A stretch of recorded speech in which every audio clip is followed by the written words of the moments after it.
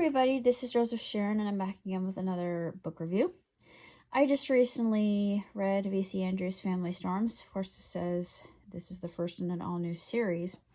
But unfortunately, from the Friends of the Library sale, I wasn't able to procure all 3 books. If there are 3 books in this series, I honestly don't know. But from the very beginning, our protagonist, Sandra, she is extremely tragic, and it is your typical rags to riches story. Small spoiler. Her family is unfortunately killed, and this kind affluent woman takes her in as a replacement for the daughter she lost. And Sandra really doesn't know what to think of this. She's divided over how she should feel, how she should act. And later on in the plot, she becomes involved in the Virgins Anonymous Club, not really knowing what she's getting herself into. And I'm thinking later on the line in the story that's going to have a lot of implications and consequences for her, because something really horrible happens to her. I'm not going to say what. It should be obvious what happens to her. But it's an initiation. And I thought, ooh, if that's hazing, that's horrible. And you feel bad for her, but then again, it's her naivete that gets her into this situation, and just her need to belong.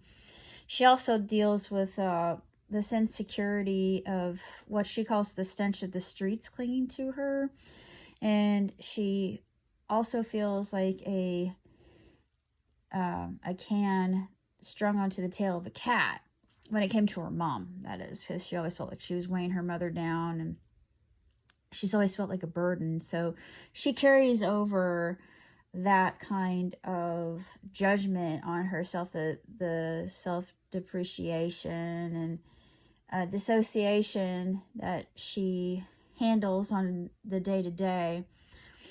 And yeah, you feel for her, but then again, there's that other part of her ill-informed decisions. You just think, why are you doing this? No, stop.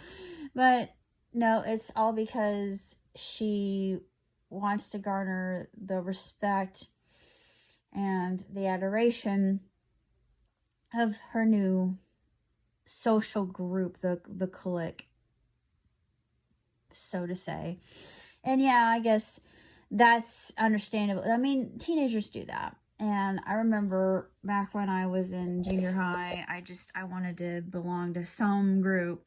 And I lost my best friend. She started talking to another girl who was a preacher's kid. And I was a late bloomer, so I really wasn't interested in boys that much when I was in junior high. Actually, that kind of changed later on in high school, and then in college I really got full-fledged interested in guys. But she just said she didn't want to hang out with me anymore, and it broke my heart. But I forgave her for that. That's all well and good. I'm hoping if she's watching this that she forgives me for not speaking to her after she wrote me a letter. I mean, I got a letter from her and I just threw it in the trash because I didn't want to. I read it, but I just thought, ugh, well, yeah, you took advantage of my family one too many times. Sorry, you don't do that. My family is my blood, and when it comes to family, I'm loyal to a fault.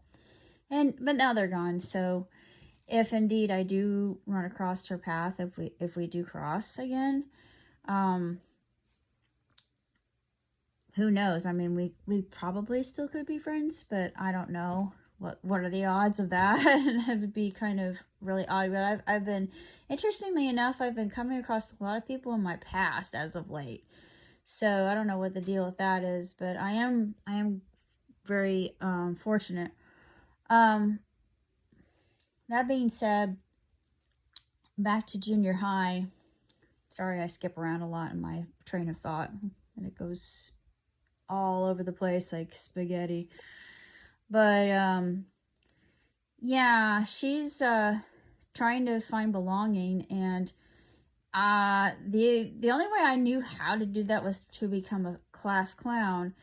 And when I did, I realized people were laughing at me rather than with me.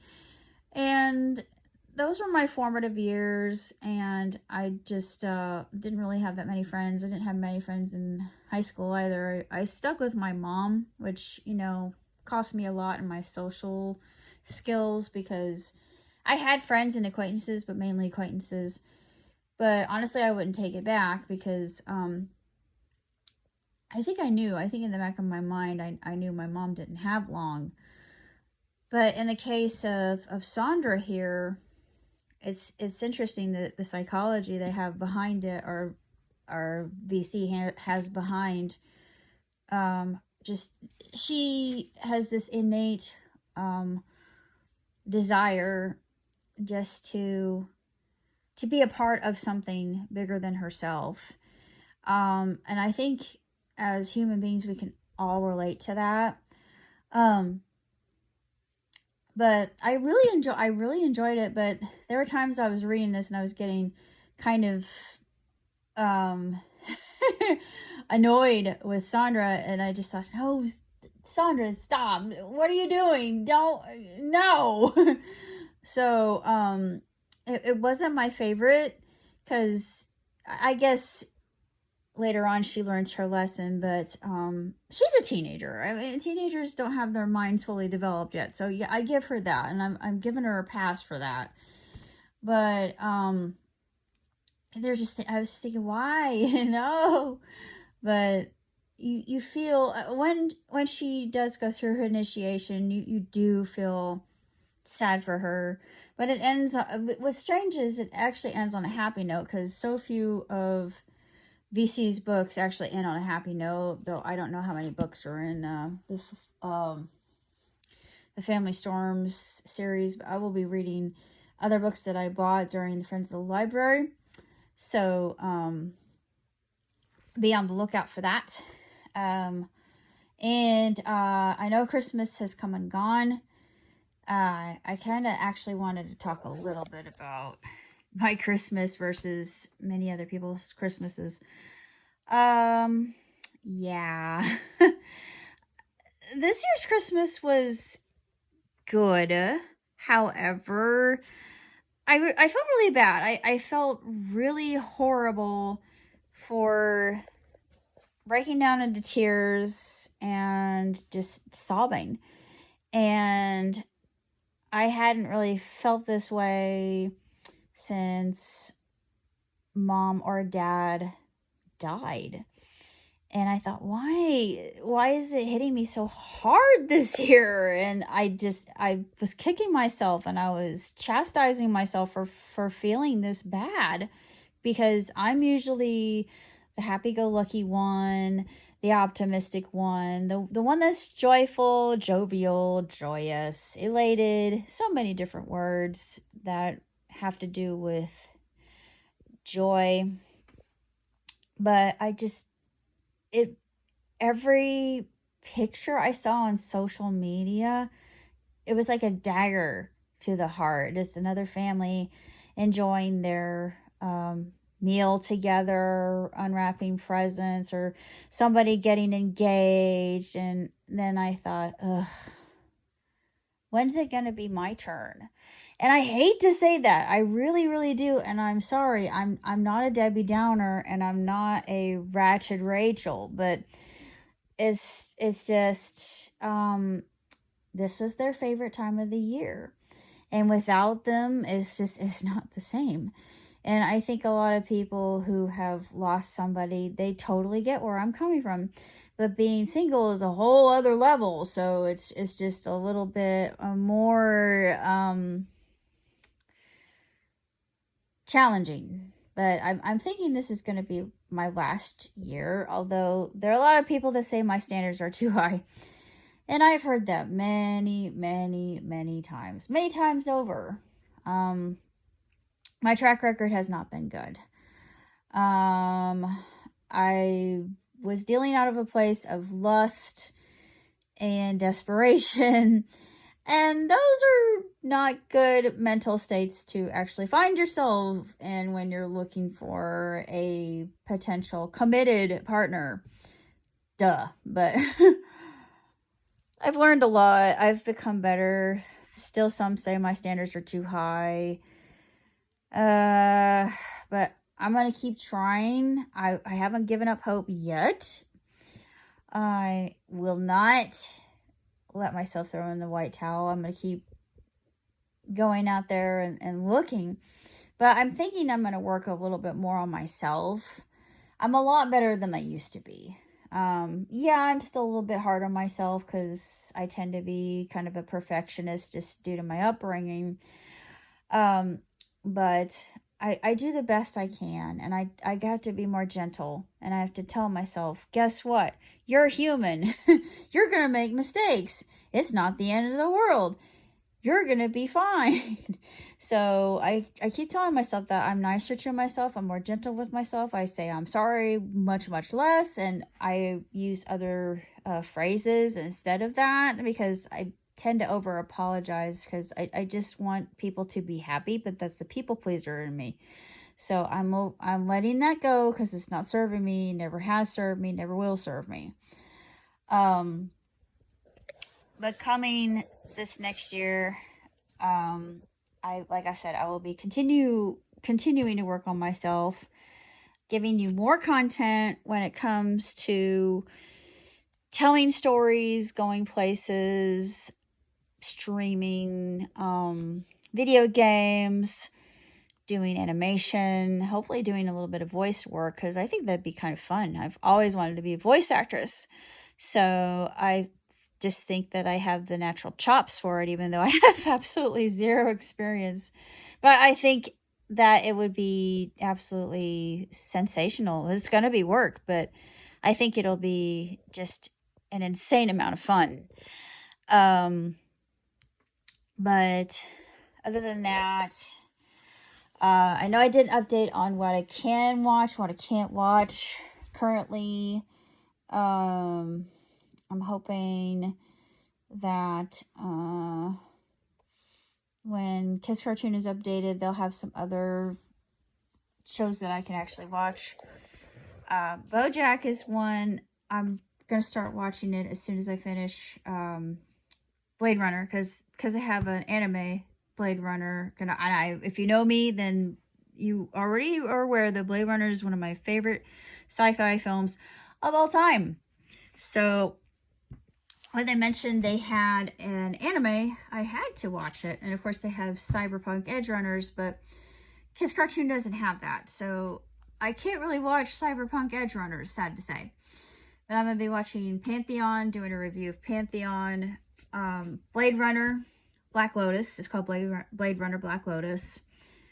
And then I will be watching BoJack. BoJack's going to take me a while because there are quite a few seasons of BoJack. So I've been recommended BoJack ad nauseum. So I'm thinking, okay, fine. I'm going to see what this is all about. And I think it's by the same people who gave us Tuca and Birdie, which I absolutely freaking love. Tuca and Birdie, if you know me. It's one of my favorite adult animated shows of all time. And personality wise, I'm more Tuca, but I'm actually a combination because I mean you see a lot more Birdie, but I'm more fun loving and kind of a let my hair downer than I am a prim and proper buttoned up kind of lady. Although I'm a lady who enjoys having the good life, you know, but not getting myself inebriated in order to do so. And Tuca gave that up, so I thought that was interesting when they did that in the series because it's very relatable. But as far as this year is concerned, the year has been good. A little bit challenging economically. But beyond that, I'm thinking next year it's going to be economically, but this is my prediction for next year. Economically, it's going to be more of the same, maybe a little bit worse. Things are going to get tight, but it shouldn't be bad considering where the channel's going. So I have high hopes. I'm not worried. I will be provided for, as I have been in the past, because God's looking out for me and for my surrogate brother. As far as everything else, like I said, I'm going to be learning some new languages, working on myself, and seeing where things go from there. I'm not going to worry too much about anything else, because I figure, you know, life's too short. I've been worrying too much about just stupid, frivolous things, which are, you know, trivial and inconsequential. But I'm working on writing quite a few things, so stay tuned to my Kindle. Be on lookout for collaborations I'm doing with Bright Star. We're going to start Six is a Crowd. Excuse me, I got all stumble-tongued there. Six is a Crowd. Of course, we'll do Bartleby the Prisoner. I forget what other episodes she said we're going to be doing. But we're just revamping a lot of things, because to be honest, I'm going to be straight up with you about Sonic Underground. Sonic Underground, the plots that they have are kind of incoherent. I mean, I don't mean to be mean, but as a person who is a writer and wants to come from A to B to C to climax, all the way to denouement and conclusion, Sonic Underground doesn't have that. So that's a fault that the show has, and I think I've mentioned that before, but it's got a lot of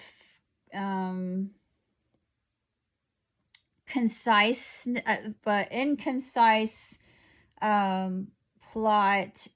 Well, actually, I should just say it's inconcise in its plot. And I know she's going to hate me for that, but this is how I feel. I love Sonic Underground. It's just, the writers, I hate to say this, but I don't think the writers knew what they were doing or where they were going to go with it. They did the best with what they had. It was low budget. And it was following on the heels of Saturday Morning Sonic the Hedgehog, which is the pinnacle and the bismuth and the acme of Sonic cartoons, in my humble opinion. Of course, I haven't seen Sonic Prime yet, and hoping that Kiss Cartoon will have Sonic Prime, because I will review that, and I'm looking forward to seeing it. But that's basically all I have to say. Until next time, live long and prosper. Ciao, toodles.